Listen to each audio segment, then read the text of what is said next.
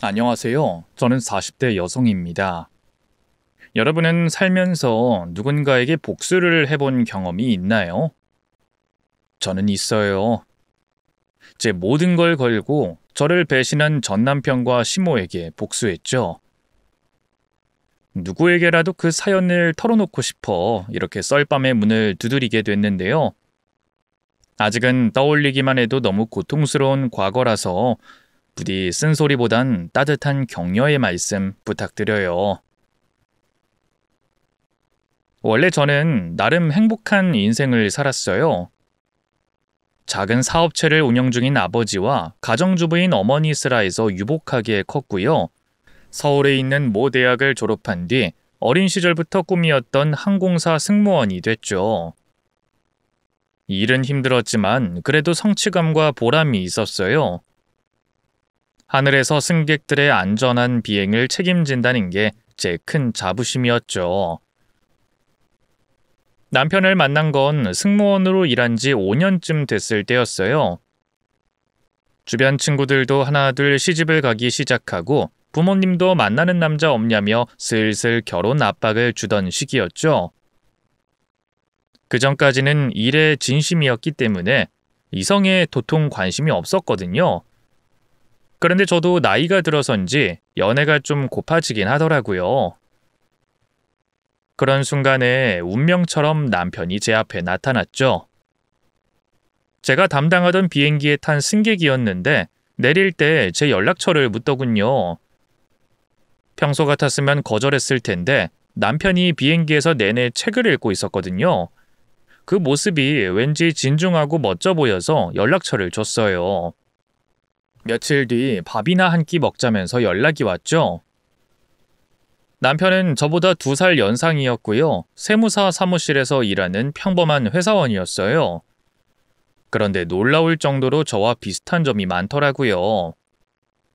취미가 영화 감상과 독서라는 것도, 밥 먹을 때 고기보다 생채소나 나물을 더 좋아하는 것도 똑같았죠.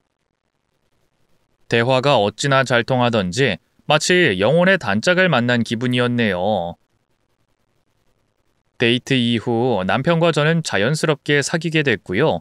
연애한 지 2년 만에 결혼까지 하게 됐죠. 신혼생활은 행복했어요. 남편은 다정다감하고 성실했고요. 홀어머니 밑에서 자랐다고 해서 시집살이가 걱정이었는데 따로 살아서일까요? 시어머니와 크게 부딪힐 게 없었죠. 그런데 결혼한 지 3년쯤 지나면서부터 문제가 생기기 시작했어요. 바로 아무리 노력해도 들어서지 않는 아기였죠. 사실 시댁이 워낙 손이 귀해서 남편도 3대 독자였거든요. 그래서 결혼 전부터 시어머니가 제게 은근히 압박을 주시긴 했어요. 나는 이 집에 시집와서 우리 상철이 낳은 걸로 며느리 된 도리는 다 한 거야. 왜? 끊길 뻔한 박씨 가문 대를 내가 이어줬으니까. 난 너한테 바라는 거 아무것도 없다. 그저 우리 상철이 쏙 닮은 손주 하나만 낳아주면 돼.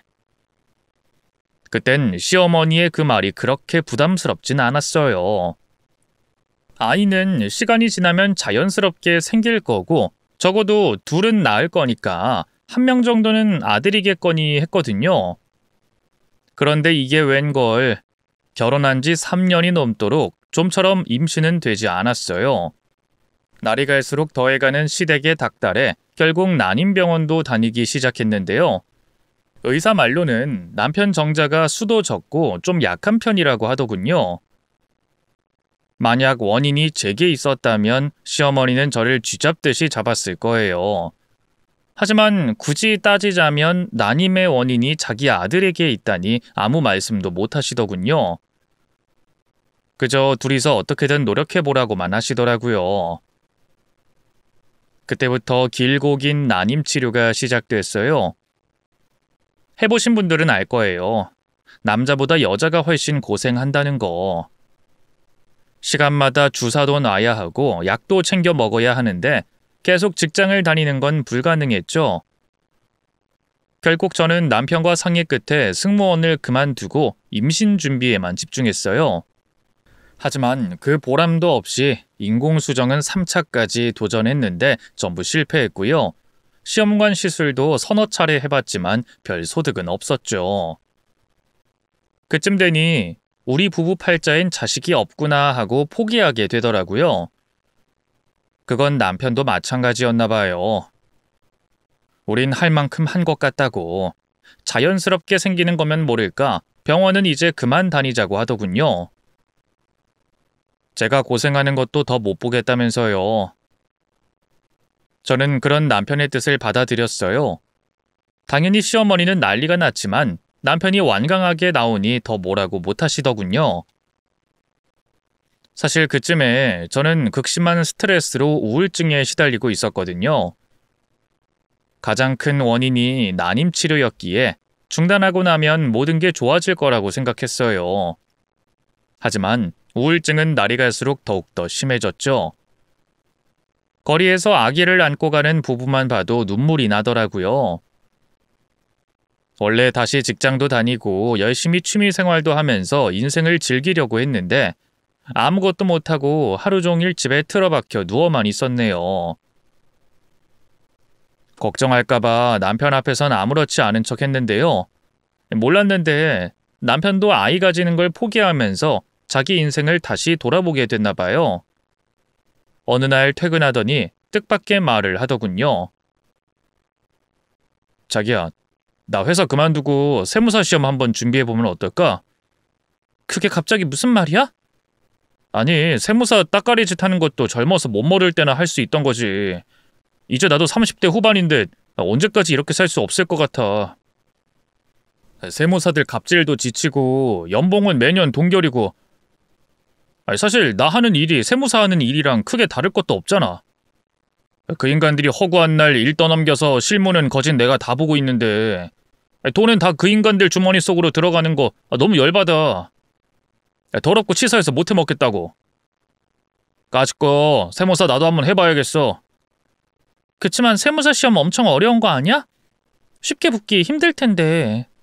걱정하지 마. 내가 돌아가신 아버지 닮아서 공부머리가 있거든. 뭐 실무 일하면서 쌓은 경험도 있고 1년 바짝 준비하면 가능할 거야. 우리 모아둔 돈으로 아껴서 살면 1년은 어떻게든 버티지 않겠어? 남편이 학창시절에 공부를 잘했다고 듣긴 했어요. 대학도 나름 명문대를 나왔고요. 남편 소원이라는데 두 눈 딱 감고 1년만 지지해주기로 했네요. 애도 없겠다. 남편이나 저나 사치하는 성격도 아니겠다. 남편의 월급 상당 부분을 저축하고 있었거든요. 계산해보니 1년 정도는 수입 없이 어떻게든 버틸 수 있을 것 같더라고요. 정 힘들면 경제적인 여유가 있는 친정 부모님에게 손을 벌려도 될 일이었고요. 남편은 정말 열심히 공부했어요. 밥 먹고 자는 시간을 빼면 하루 종일 책과 씨름했죠. 하지만 세무사 시험이라는 게 만만하게 볼 게 아니더라고요. 그렇게 열심히 노력했는데도 남편은 이듬해 시험에서 큰 점수차로 낙방했어요. 2차는커녕 1차에서 탈락이었죠. 첫 시험이라서 실전 경험이 부족했어. 1년 해보니까 이제야 좀 어떻게 공부해야 할지 감이 잡히는 것 같은데 자기, 나 딱 1년만 더 해보면 안 될까? 그동안 공부한 게 너무 아까워서 이대로 포기하고 싶진 않아. 한 번만 나 더 믿고 기다려주라. 남편이 그렇게까지 말하는데 어떻게 안 되겠다고 하겠어요. 결국 알겠다고 1년만 더 해보라고 했죠. 부족한 생활비는 친정 부모님에게 얘기해 빌리기로 했네요. 그런데 참 하늘도 무심하시죠. 남편이 다시 공부를 시작하고 2달쯤 지났을 때 친정 아버지가 하던 사업이 부도가 났어요. 직원 중 한 명이 회사 자금과 거래처에서 받은 대금을 횡령해 도망갔거든요. 이미 해외로 잠적해버려서 잡을 길도 요원한 상태였죠. 충격받은 아버지는 뇌졸중으로 쓰러져 버렸고요. 손 쓸 새도 없이 한 달 만에 세상을 떠나고 말았습니다. 그리고 이게 무슨 운명의 장난인지 그로부터 몇 달 뒤 어머니도 심장마비로 급사하고 말았어요. 그렇게 연달아 부모님을 떠나보내고 나니 제정신으로 살 수가 없더라고요. 우울증이 재발하면서 방 안에 틀어박혀 울기만 했죠. 그런 제 곁을 지켜준 건 다름 아닌 남편이었어요. 남편은 본인 공부도 잠시 미뤄두고 친정 부모님 장례식장에서 상주로서 최선을 다했고요. 그 뒤로도 한동안 집안 살림을 도맡아 하며 저를 보살펴줬죠. 하지만 그렇게 2달 정도 지났을까요? 어느 날 남편이 그러더라고요. 자기야, 나 이제 그만 공부에 집중해야 할 것 같아. 다시 학원이랑 독서실도 나가려고. 이러다 올해도 낙방할 것 같아서 미안해. 아니야, 미안하긴 뭐가 미안해. 나야말로 당신 시험을 까맣게 잊고 있었네. 난 신경 쓰지 말고 얼른 공부해. 고마워. 근데 이번 달에 학원비랑 독서실비 내야 하는데 우리 모아둔 돈은 다 썼지? 그건 옛저녁에 다 바닥났지. 상속 절차는 다 밟았어? 그래도 장인어른 재산이 꽤 됐잖아. 그게 아버지 회사 망하면서 생긴 빚 다 처리하고 직원들 밀린 월급이랑 퇴직금 주고 나니까 남는 게 없네. 오히려 마이너스야. 제 말에 남편은 실망하는 눈치였어요. 당장 목구멍이 포도청인 상황이었으니 그런 남편의 반응에 개의치 않았네요. 어머님은 도움 주시기 힘들겠지? 우리 집 사정 알잖아. 안 그래도 엄마 요즘 경기 어려워서 장사 잘 안 된다고 죽는 소리 하는데. 그럼 어떡하지? 당장 당신 학원비랑 독서실비 그리고 관리비랑 공과금도 내야 하는데. 당신 다시 일 시작하는 건 어때? 승무원 경력 살려서 뭐라도 해볼 수 없나? 나 세무사 붙을 때까지만 말이야. 제가 부모님 돌아가시고 힘들어하는 걸 뻔히 알면서 일을 권하는 남편에게 좀 서운하긴 했어요. 하지만 남편이 세무사 시험에 오죽 진심이면 저럴까 싶더라고요. 어쨌든 당장 집안의 생계를 책임질 수 있는 건 저뿐이었어요. 그걸 인지하고 나자 오히려 마음이 편안해지더군요. 그냥 무력하게 집에서 시간을 보내는 것보단 밖에서 뭐라도 하는 게 우울증에도 도움이 될 것 같았죠. 다음 날부터 바로 여기저기 일자리를 알아보기 시작했어요. 경력이 단절된 지 오래라 다시 승무원으로 취직하는 건 힘들었고요. 여러 구직 사이트를 전전한 끝에 동네에 있는 대형마트에서 캐셔로 일하게 됐죠. 친구들은 그래도 대학까지 나왔는데 무슨 그런 일을 하냐며 말렸지만 저는 다시 일할 수 있다는 것만으로도 감사했어요. 강도 높은 노동에 몸은 매일 갈려 나갔지만 오히려 밤에 머리만 대면 바로 잠이 들어 좋더라고요. 부모님의 죽음을 이겨내는데 큰 도움이 됐죠. 하지만 마트 캐셔 월급은 그리 많지 않았어요. 아무리 돈을 아껴도 각종 공과금의 식비, 남편 학원비와 독서실비, 문제집값 등등 돈 나갈 일이 천지라 늘 부족했죠. 고민 끝에 저희 부부는 전세 살던 집을 빼서 시댁으로 들어가기로 했어요. 시어머니가 불편해하면 어쩌나 걱정했는데 다행히 2팔 벌려 환영해 주시더군요. 시어머니와의 한집 생활이 마냥 편하진 않을 거라는 걸 알고는 있었어요. 그동안 저도 주변에서 시집살이니 고부 갈등이니 하는 것에 대해 들은 게 있으니까요. 어느 정도 각오했는데도 불구하고 합가 생활은 제 예상보다 훨씬 더 고통스러웠어요. 시어머니는 모든 집안 살림을 제게 떠넘긴 건 물론이고요. 제가 마트를 쉬는 날에는 본인 가게로 불러 반찬 만드는 걸 거들게 했어요. 하루도 못 쉬고 그렇게 죽어라 일만 하니 정말 너무 힘들더라고요. 음식도 입에 잘 안 넘어가서 살이 5kg이나 넘게 빠졌죠. 그런데도 시어머니는 신경도 쓰지 않았어요. 오히려 그렇게 몸이 약하니 아이를 못 낳는 거라면서 이상한 트집을 잡더군요. 우리 상철이 정자가 아무리 약해도 여자만 젊고 튼튼해봐라. 아들 하나 정도는 충분히 낳고도 남지. 돌아가신 너희 시아버지나 상철이나 다 같은 박씨 집안 남자 아니니?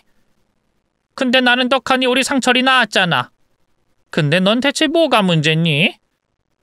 그깟 일 좀 시켰다고 죽을 상을 해가지곤 밥도 안 처먹고 그러니 살이 쪽쫙 빠지지. 너 동네 사람들한테 나 악독한 시모 만들려고 일부러 그러는 거 아니야? 그런 거 아니에요, 어머님. 그냥 요즘 입맛이 없어서. 아이, 됐고. 너 어떻게든 꼭 살찌워. 안 그럼 가만 안 둘 줄 알아. 시어머니는 사람들의 시선을 엄청 의식하는 분이었어요. 며느리가 시모와 합가 생활하더니 살이 쫙쫙 빠졌다고 말이 돌까봐 겁이 났던가 봐요.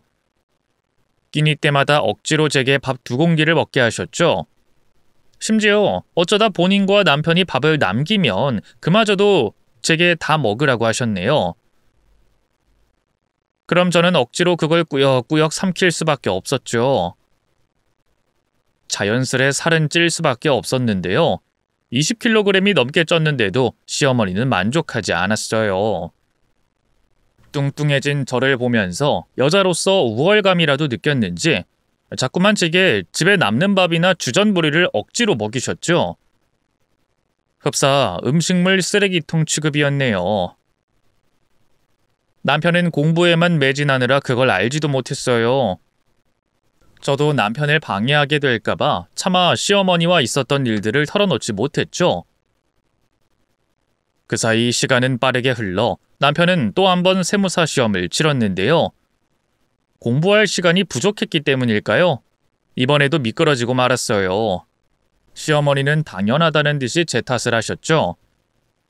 이게 다 너랑 너희 친정 부모 때문이야. 하필 얘 시험 준비 중에 그렇게 되는 바람에 그 뒤로도 너 힘들다 뭐다 핑계대면서 우리 상철이 공부도 못하게 했지.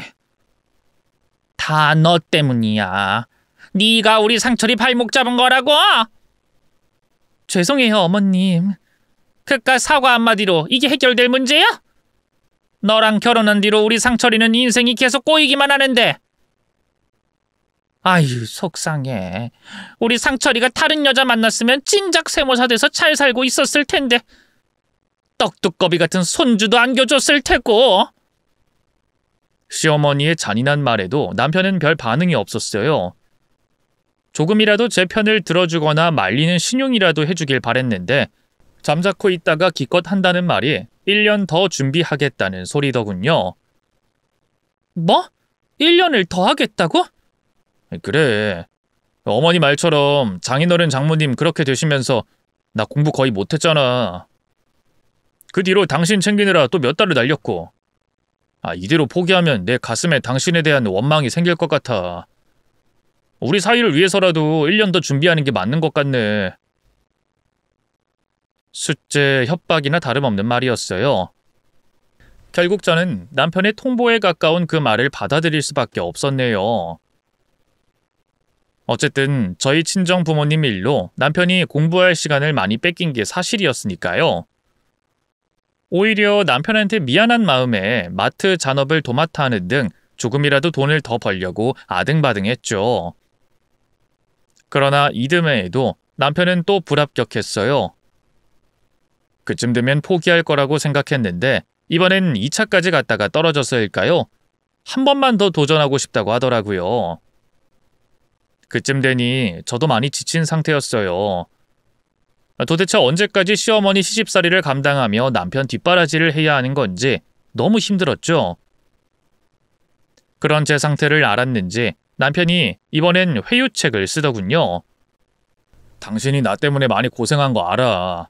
그래서 오히려 내가 더 포기를 못하겠는 거야. 당신 그렇게 고생시켰는데 어떻게든 세무사 돼서 당신 호강시켜줘야 되지 않겠어? 남자가 칼을 뽑았으면 무라도 썰어야지. 부탁해. 나한테 딱 1년만 더 시간을 줘. 그럼 약속해. 이번이 진짜 마지막이야. 이번에도 떨어지면 그땐 깨끗하게 포기해야 돼. 알겠지? 그래, 알겠어. 고마워, 자기. 이번이 정말 마지막이라고 남편에게 단단히 엄포를 놨어요. 그럼 더 마음 독하게 먹고 열심히 준비할 거라고 생각했죠. 하지만 오랜 수험 생활에 남편도 지친 걸까요? 영 마음을 못 잡더라고요. 같이 세무사 시험 준비하는 사람들과 부쩍 연락이 잦아지고 학원이나 독서실 핑계를 대며 매일 집 밖으로만 나돌더군요.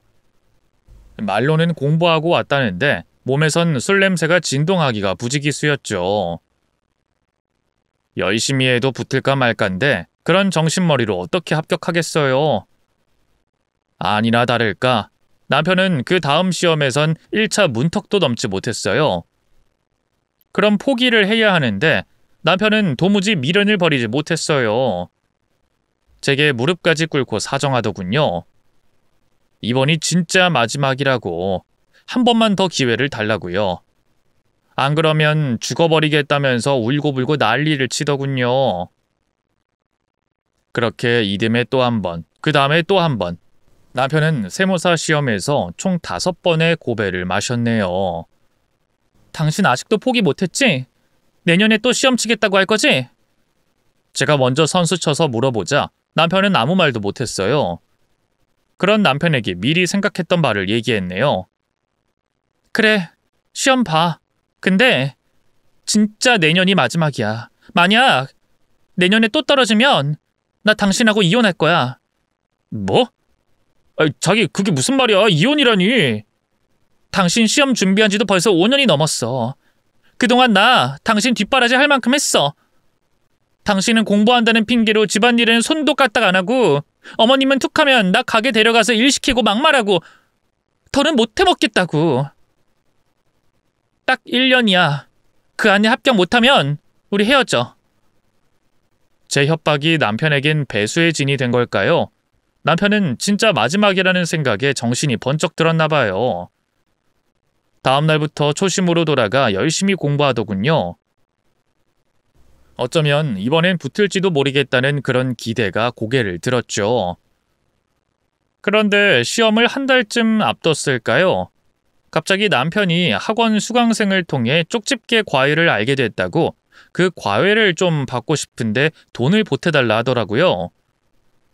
뭐 비싸봤자 몇십만 원일 거라고 생각해 그러라고 했는데 과외비를 들은 순간 기함하고 말았죠. 아니 글쎄 1,000만 원이라지 뭐예요. 아니 무슨 과외비가 1,000만 원이나 해? 소수 정예만 들어갈 수 있는 과외니까 그렇지. 그 사람이 찍어준 문제는 100% 시험에 다 나온대. 말도 안 돼. 사기 아니야? 아니야. 믿을 만한 친구한테 얻은 고급 정보라고. 이번이 마지막인 만큼 나도 할 수 있는 건 다 해보고 싶어. 그치만 1,000만 원이 무슨 남의 집 개 이름도 아니고 그 큰 돈을 당장 어디서 구해? 은행에서 빌리면 안 되나? 당신 꾸준히 일했으니까 대출 나올 것 같은데. 아무렇지 않게 1,000만 원을 대출하라는 남편의 말에 입이 떡 벌어졌어요. 그러자 남편이 변명하듯 말을 보태더군요. 나도 알지. 1,000만 원 큰 돈인 거. 그치만 내가 세무사만 되면 그 정도 금액은 한 달만 해도 벌 수 있는 거 알잖아. 미래를 위한 투자라고 생각하고 마지막으로 한 번만 더 도와주라. 진짜 마지막인데 조금의 후회라도 남기고 싶지 않아. 할 수 있는 건 다 해보고 싶다고. 결국 저는 남편의 애원에 못 이겨 은행으로 가 대출을 알아봤어요. 남편은 일을 그만둔 지 오래라 대출 불가였고요. 그나마 제가 정기적인 수입이 있어 돈 1,000만 원을 빌릴 수 있더군요. 그 큰 돈을 대출받아 남편 계좌로 보내는데 어찌나 심장이 벌렁벌렁 하던지요. 남편은 고맙다면서 합격으로 보답하겠다며 큰소리 치더라고요. 시간은 빠르게 흘러 합격자 발표 당일이 됐어요. 싱숭생숭한 마음으로 마트에서 일하고 있는데 남편에게서 전화가 오더군요. 받자마자 남편이 감격에 찬 목소리로 입을 열더라고요. 여보, 나 합격했어. 합격했다고. 진짜야? 진짜 붙은 거 맞아? 5번이나 확인했어. 합격 맞아. 당신 그동안 정말 고생 많았어. 고생은 무슨. 당신이 공부하느라 더 힘들었지. 그토록 기다리던 소식에 절로 눈물이 나오더군요. 그날은 큰맘 먹고 마트에서 비싼 소고기와 술, 과일을 잔뜩 샀어요. 그리고 집에 돌아가 새 식구가 조촐하게 축하 파티를 했죠. 시어머니도 눈물까지 흘리며 감격하셨는데요. 기쁨에 겨워 술을 많이 드시더니만 피곤하다며 일찍 잠자리에 드셨어요. 저는 남편과 단둘이 좀 더 시간을 보냈는데요.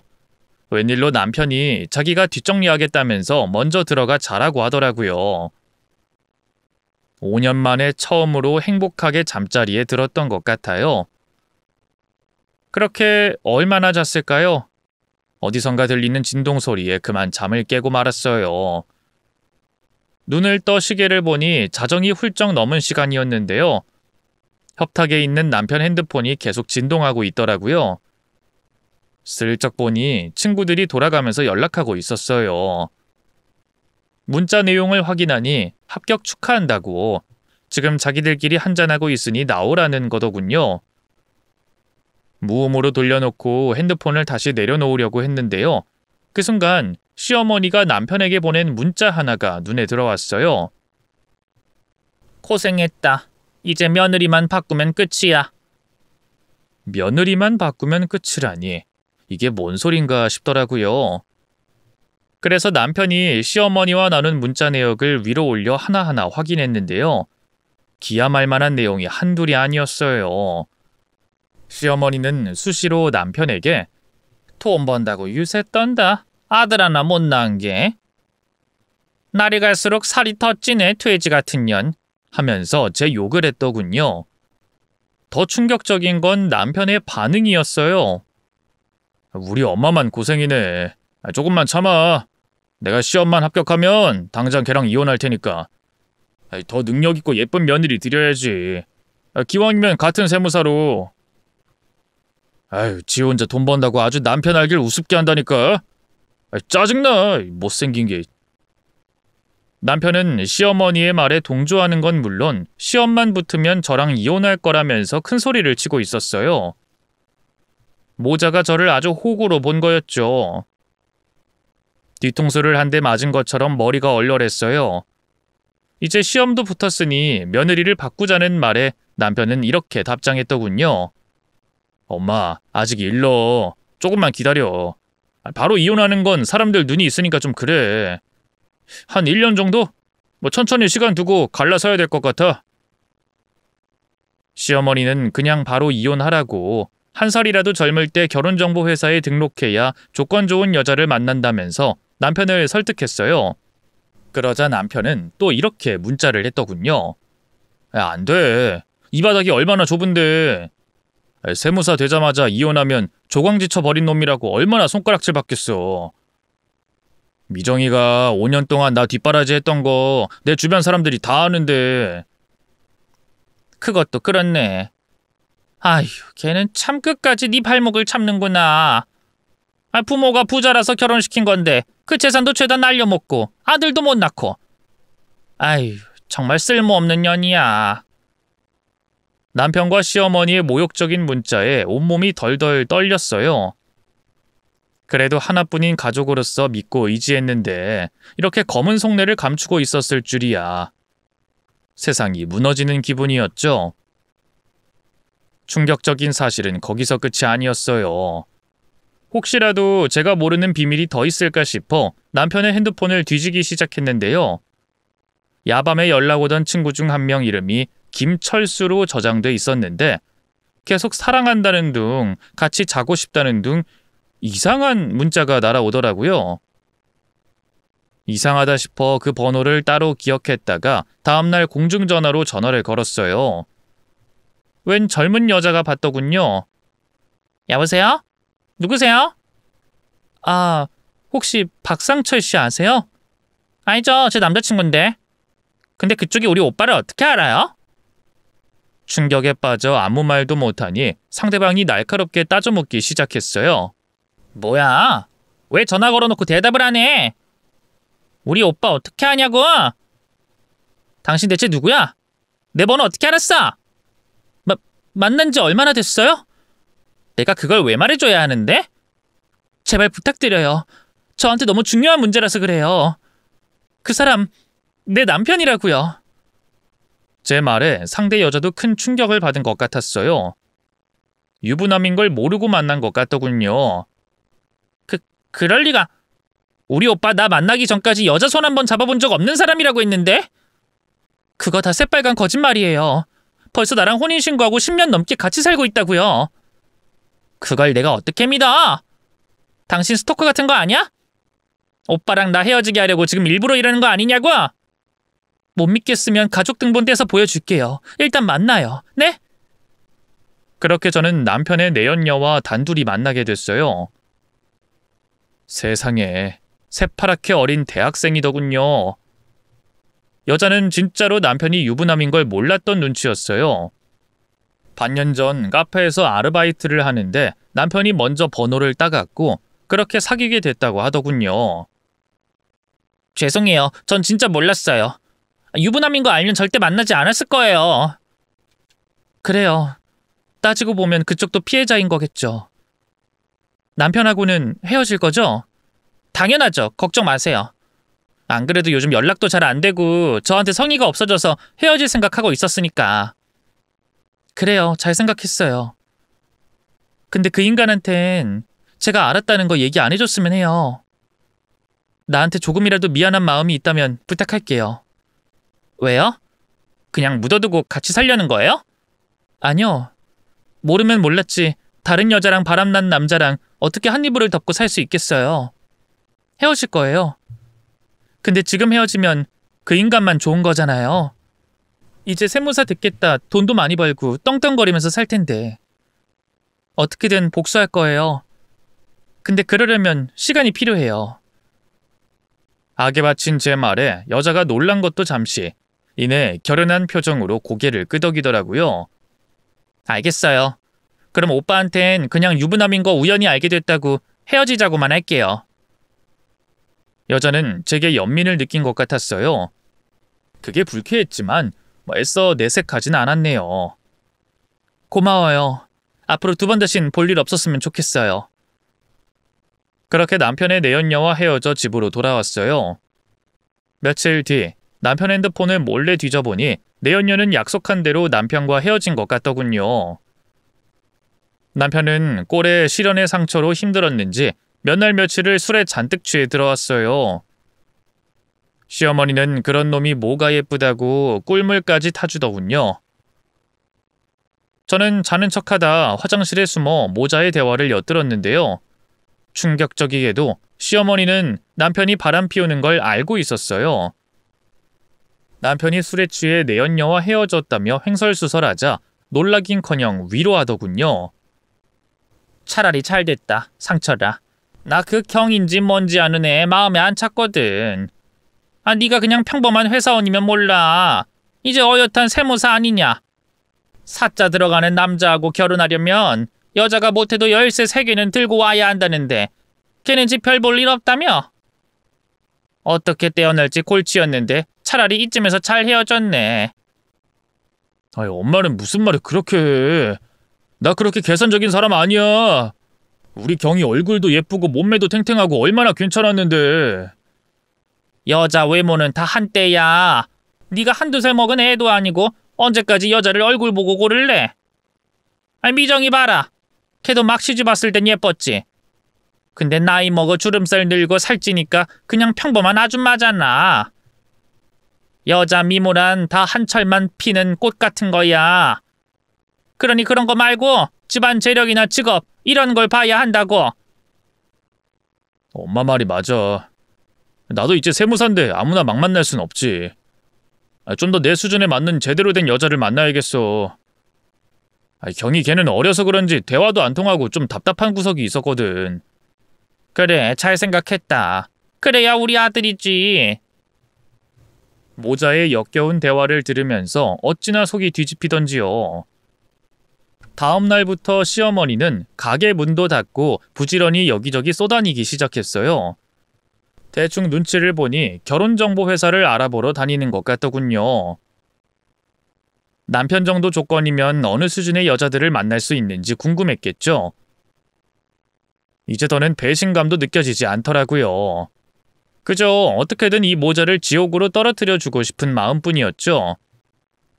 하지만 현실은 녹록지 않았어요. 왜 드라마나 영화 같은 거 보면 주인공이 나쁜 놈들에게 당했던 만큼 멋지게 되갚아주잖아요. 저도 맘 같아선 그렇게 하고 싶었죠. 하지만 저는 드라마 속 주인공이 아닌 평범한 40줄 여자에 불과했어요.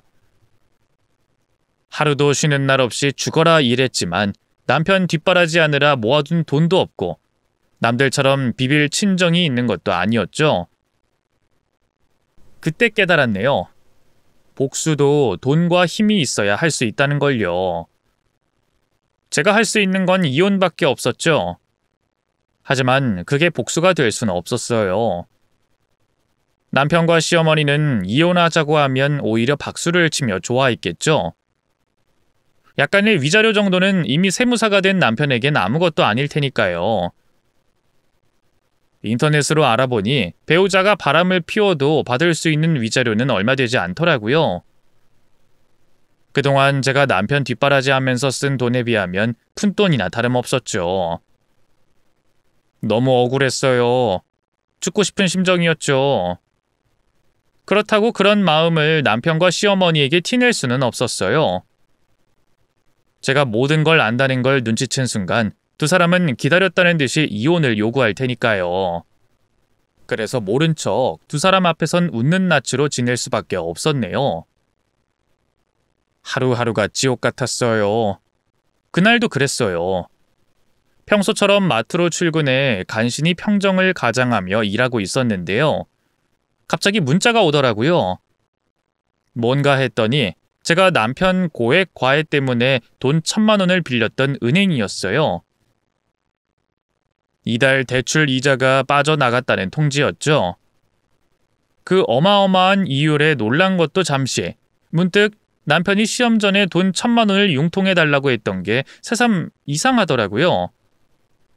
도대체 무슨 과외를 받았기에 한 번에 그렇게 큰 돈이 필요했던 건지, 혹시 그 과외 선생이란 작자가 불법적으로 시험 문제를 빼돌려 준 것은 아닌지 의심이 되더군요. 그렇지 않다면 5년 동안 늘 낙방만 하던, 해가 갈수록 공부를 등한시하고 바람이나 피우고 다녔던 놈이 붙는다는 게 말이 되나요? 이거다 싶더라고요. 물론 명확한 물증이 있는 것도 아니었지만 복수할 수 있는 아주 미약한 가능성이라도 생겼으니 어떻게든 파헤쳐봐야 했죠. 퇴근하자마자 바로 집으로 향했어요. 남편은 주말에 친구들과 합격 축하 파티를 하기로 했다면서 늦게 들어올 거라고 하더군요. 직감적으로 다른 여자와 또 놀아나려 하는구나 생각이 들더군요. 하지만 내색하지 않고 잘 다녀오라 했네요. 다음날 약속이 있어서인지 남편은 일찌감치 잠자리에 들었어요. 그 옆에 누워있는 척하다 눈을 떴을 땐 어슴푸레한 새벽이었죠. 슬그머니 협탁에 있는 남편 핸드폰을 집어들었어요.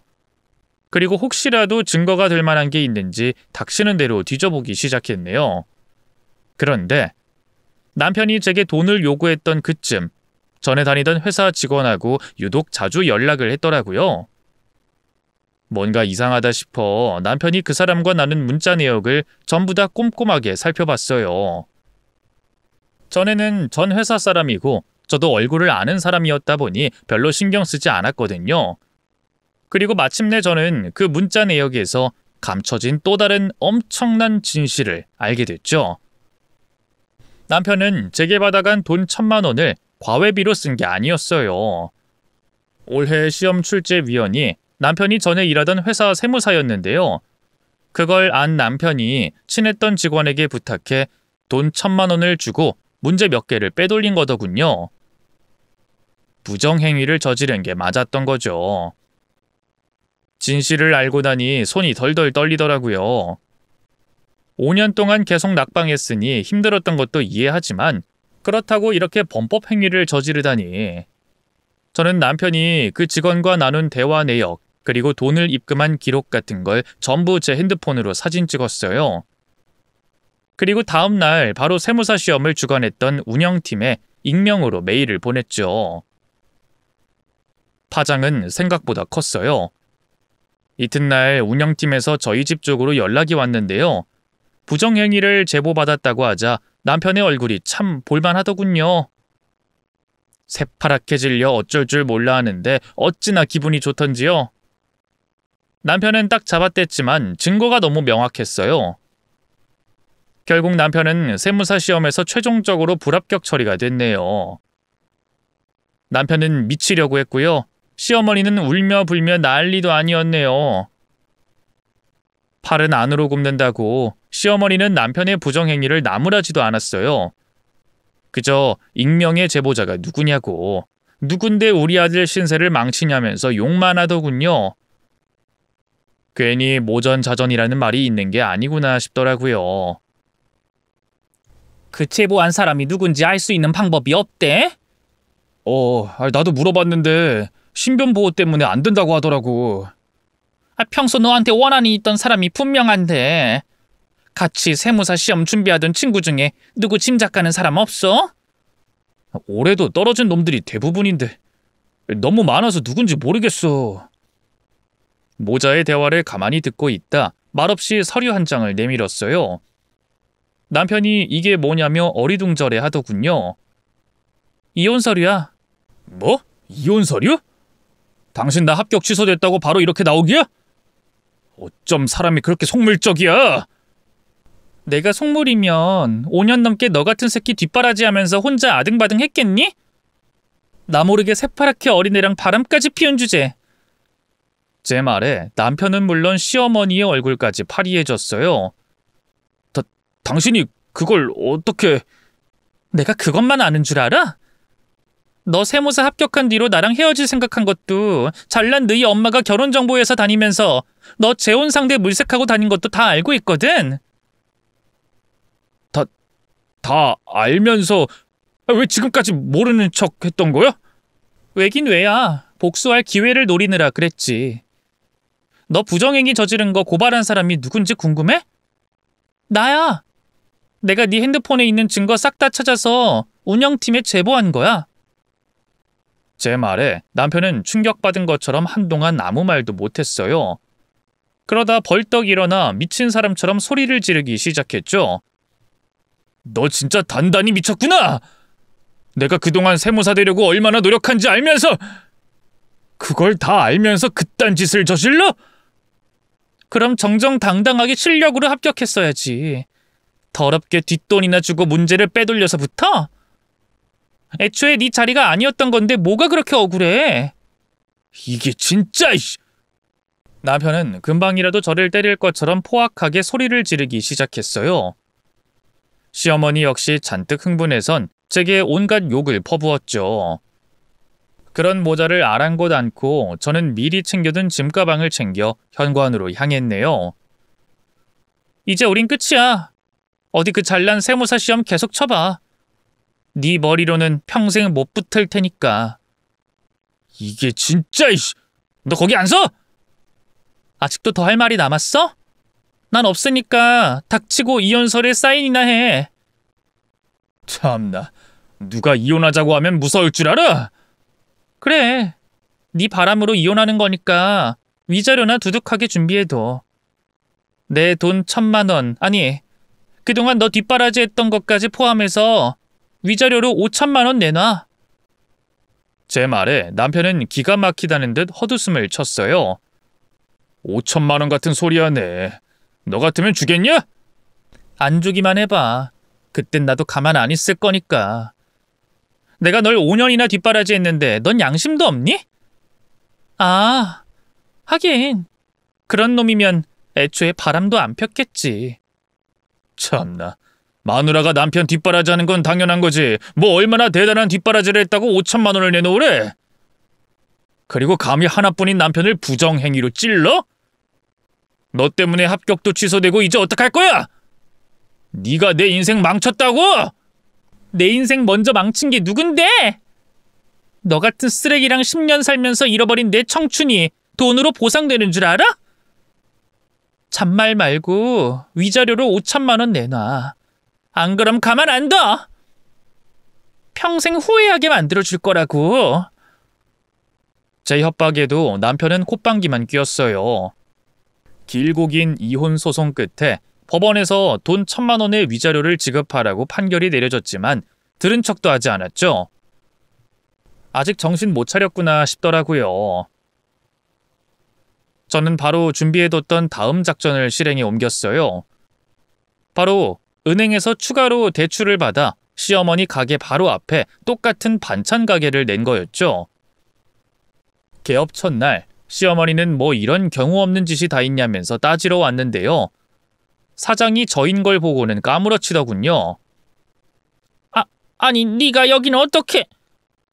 저도 언제까지 마트에서 캐셔로만 일할 순 없잖아요.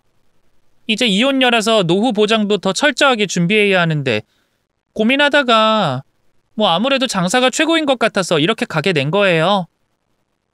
아니 너 그 말을 나더러 지금 믿으라는 거니? 일부러 우리 가게 앞에 똑같은 업종으로 가게 낸 거 아니야? 우리 가게 망하게 하려고? 아닌데요? 그냥 그쪽이 질에 찔려서 그런 거 아닌가? 뭐? 그쪽? 이제 고부 사이도 아닌데 그럼 뭐 제가 계속 시어머니 이러면서 굽히고 들어가야 돼요? 됐으니까 영업 방해하지 말고 나가요. 자꾸 이러면 경찰 부를 거예요. 참나. 내가 이 자리에서 장사한 것만 20년이야. 너 같은 거한테 무너질 것 같아? 글쎄요. 그건 두고 봐야 할 일이죠. 아줌마랑 아줌마 아들이 나한테 한 짓을 생각해봐요. 동네 사람들이 그걸 다 알고도 과연 아줌마 반찬을 사줄까요? 그 상권 주 고객층이 젊은 주부들이었어요. 손님 중 좀 친해진 단골들 몇 명에게 바로 제 사연을 흘렸죠.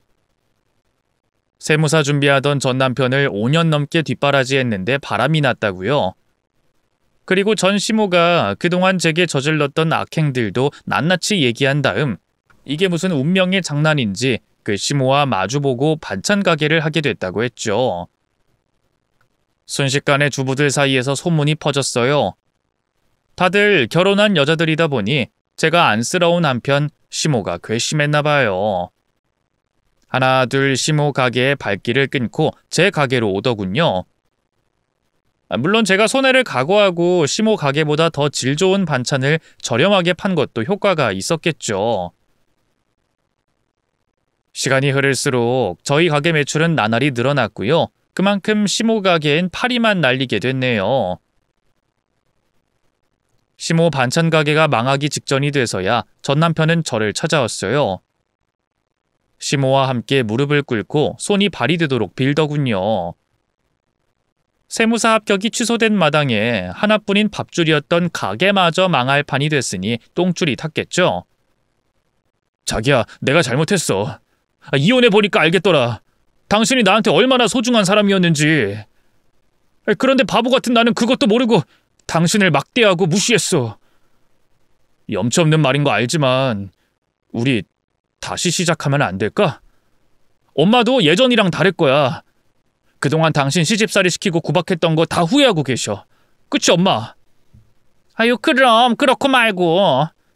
미정아, 내가 다 잘못했다.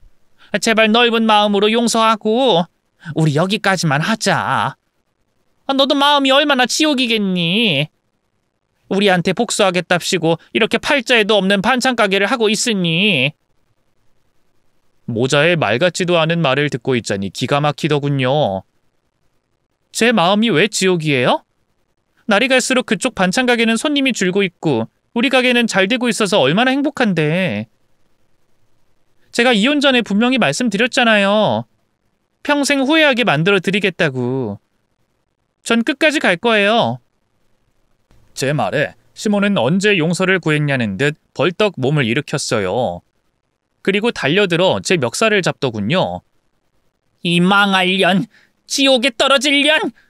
세무사 된 내 아들 합격 취소시킨 것도 모자라서 이젠 우리 모자 밥줄까지 끊어놓으려고 해? 네가 그러고도 인간이야? 옛말에 똥 묻은 개가 겨 묻은 개 나무란다는 말이 있지. 본인들이 저지른 짓을 생각해야지. 5년 동안 뼈 빠지게 뒷바라지했던 조강 지쳐버리고 다른 년이랑 바람난 게 누군데? 저 인간 시험 합격하자마자 며느리부터 갈아치우려고 했던 당신 문자 나 아직도 똑똑히 기억해. 죽을 때까지 안 잊을 거라고. 전 시어머니를 그대로 밀어버렸어요. 그리고 품속에서 핸드폰을 꺼내 경찰에 영업방해죄로 모자를 신고했죠. 막상 처벌받을 게 겁이 나긴 했나 보죠. 둘은 꽁지가 빠져라 허둥지둥 도망가 버렸네요. 그 뒤로도 전 남편은 종종 저를 찾아와 어떻게든 제 마음을 돌리려고 했어요. 하지만 다른 년이랑 바람난 것도 모자라 저를 버리려 했던 남자를 어떻게 용서할 수 있겠어요. 저는 끝내 전 남편의 회유와 눈물바람에도 결코 장사를 접지 않았어요. 그렇게 결국 반년도 안 돼 시어머니 가게는 문을 닫았고요. 이웃들의 눈총에 못 이겨 남편과 둘이 도망치듯 동네를 떠났죠. 지인에게 듣기론 시모 고향으로 내려갔다고 하더군요. 저는 그런 전 남편에게 연락해 위자료 5천만 원을 내놓으라고 말했어요. 안 그러면 시모 고향까지 따라가서 괴롭혀주겠다고 했죠. 그 말에 덜컥 겁이 났던 걸까요? 전 남편은 가게와 살던 집을 정리한 돈이라며 5천만 원을 그제야 붙여주더군요. 복수도 성공했겠다, 위자료도 받았겠다, 속이 후련할 줄 알았는데 그렇진 않더라고요. 오히려 눈물만 마구 났죠. 그래도 인과응보라는 게 있긴 한가 봐요. 그 모자가 썩 잘 살고 있진 못하거든요. 전 남편은 정신을 못 차리고 여전히 세무사 시험에 목을 메고 있다는데요. 5년을 도전했는데 계속 떨어지고 부정행위로 간신히 합격할 정도라면 사실 그쪽으로는 가능성이 없다고 봐야 하지 않겠어요? 지금이라도 정신 차리고 작은 회사라도 들어가서 밥벌이를 해야 할 텐데 말이죠. 하지만 쓸데없는 아집과 자존심으로 똘똘 뭉친 사람인 만큼 죽을 때까지 세무사 시험만 볼 것 같네요. 그런 못난 아들 때문에 시모는 식당을 전전하며 굳은 일로 돈을 벌고 있다고 해요. 이제 집도 가게도 없겠다. 평생 등골 빠지게 일만 해야겠죠. 모자의 비참한 말로를 알게 된 뒤로도 저는 한동안 힘들었어요. 어마어마한 상실감과 허탈함, 그리고 무력감이 밀려오더군요. 전 남편과 시모처럼 나쁜 인간이 된 것 같아 죄책감도 들었고요. 부디 제가 앞으로 행복할 수 있게, 오직 저를 위한 인생만을 살 수 있게 응원과 위로의 한 말씀 부탁드려요. 아직 쓴소리를 듣기엔 제 마음이 너무 불안정하네요. 이만 글을 마쳐야겠어요. 긴 얘기 들어주셔서 감사합니다. 모두 건강하세요.